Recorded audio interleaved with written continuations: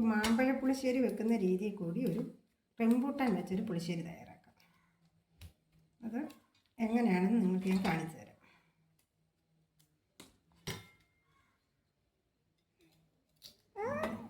Rambutan നമ്മൾ പൊളിച്ചെടുത്ത്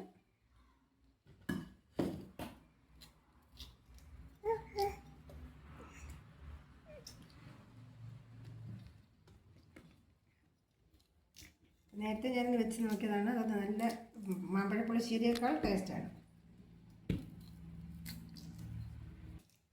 rambutan അധികം മധുരമില്ല, പുളിയാണ് കൂടുതൽ ഇതിന്. അത് പുളിശ്ശേരിക്ക് അതുകൊണ്ട് നല്ല ടേസ്റ്റ്. എങ്ങനെയാണ് തയ്യാറാക്കുന്നത് ഞാൻ പറഞ്ഞുതരാം. കാരണം നിങ്ങൾക്കും വേണമെങ്കിൽ ഇതൊന്ന് ട്രൈ ചെയ്ത് നോക്കാം. ആവശ്യത്തിനുള്ള തേങ്ങയും ജീരകം, വെളുത്തുള്ളി, ചുവന്നുള്ളി എല്ലാം ഇട്ട് നമുക്ക് റെഡിയായിട്ടൊന്ന് അരയ്ക്കാം. പുളിശ്ശേരിക്ക് അരയ്ക്കുന്ന രീതിയിൽ അരച്ചെടുക്കാം. തേങ്ങ നമ്മൾ പുളിശ്ശേരിക്ക് അരയ്ക്കുന്ന രീതിയിൽ കൂടെ അരച്ച് റെഡിയാക്കി. ഇത് റംബൂട്ടാൻ നമുക്ക് കുറച്ച് മതി, കൂടുതലായി കഴിഞ്ഞാൽ പുളി കൂടുതലായിരിക്കും. ഇതിനകത്തോട്ട് നമ്മൾ റംബൂട്ടാൻ ഇട്ട് കൊടുക്കണം. കൊടുത്തതിന് ശേഷം ആവശ്യത്തിനുള്ള മഞ്ഞൾപ്പൊടി, ആവശ്യത്തിനുള്ള ഉപ്പ്,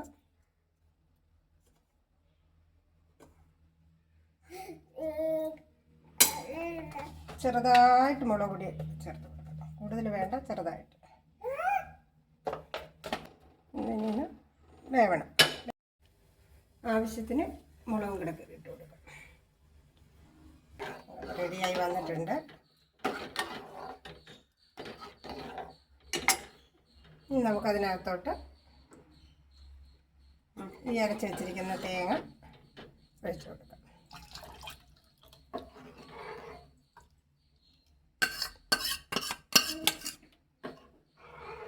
ഭംഗിയായിട്ട് ഇതാണെന്ന് ശരിയായിട്ടുണ്ട്. ആവി വരുന്നത് നമ്മളതിനകത്തോട്ട് ശകല ഉലുവാപ്പൊടി ചേർത്ത് കൊടുക്കണം.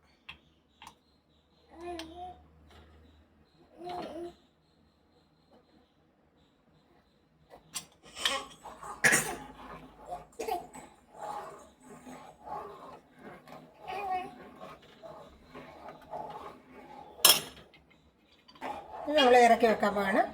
അതിനുശേഷം നമുക്കിത് കടുവും കൂടി വറക്കണം. ആവശ്യത്തിനുള്ള വെളിച്ചെണ്ണ ഒഴിച്ചു കൊടുക്കണം.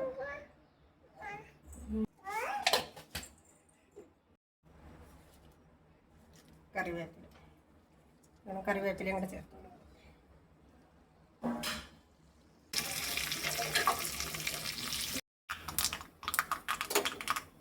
നമുക്കിതിലോട്ട് ഒഴിച്ചു കൊടുക്കാം.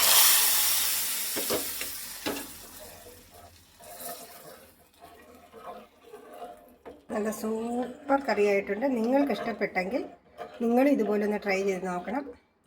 നിങ്ങൾക്ക് വളരെ ഇഷ്ടപ്പെടും. ഇത് ഇഷ്ടപ്പെട്ടിട്ടുണ്ടെങ്കിൽ സബ്സ്ക്രൈബ് ചെയ്യാനും ലൈക്ക് ചെയ്യാനും മറക്കരുത്.